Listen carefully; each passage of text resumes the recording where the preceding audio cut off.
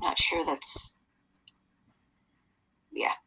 what the question is. So this is Yeah.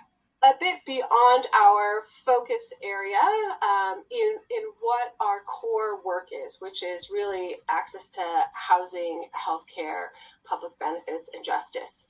I will say that it has been a incredibly terrible descent into very moneyed politics to see that corporations have more powerful and stronger voices in elections than actual people. And so to that extent, I lament the Supreme Court ruling in Citizens United. We don't work on election issues or campaign finance reform, however. When possible, we think about mandatory arbitration clauses, but we don't often, well, actually, I'm not sure about that. I don't know, Brandon, if you have any thoughts about systemic arbitration, fraud, or mandatory arbitration clauses. I have thoughts, but I don't think that that is the work that we engage in. I mean, certainly there are conversations that happen that we sometimes engage in that have specific elements of litigation or things that we see as either expanding or restricting access to justice. I mentioned,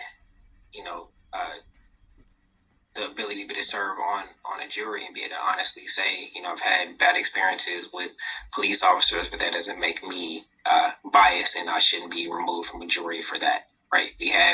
There are things that we engage in on the civic engagement side, but as much as I wish that we had the power to unravel Citizens United, for example, we don't. There are other talented attorneys and policy people working on those things, and I would politely push back against Senator Whitehouse as those being the most pertinent issues. Or I think that they are important. I think when almost 50% of people experiencing houselessness in America are Black folks, and then much larger when you add other communities of color, that sort of thing happening in the country is prosperous as our country, and the amount of money that is spent on elections versus housing and feeding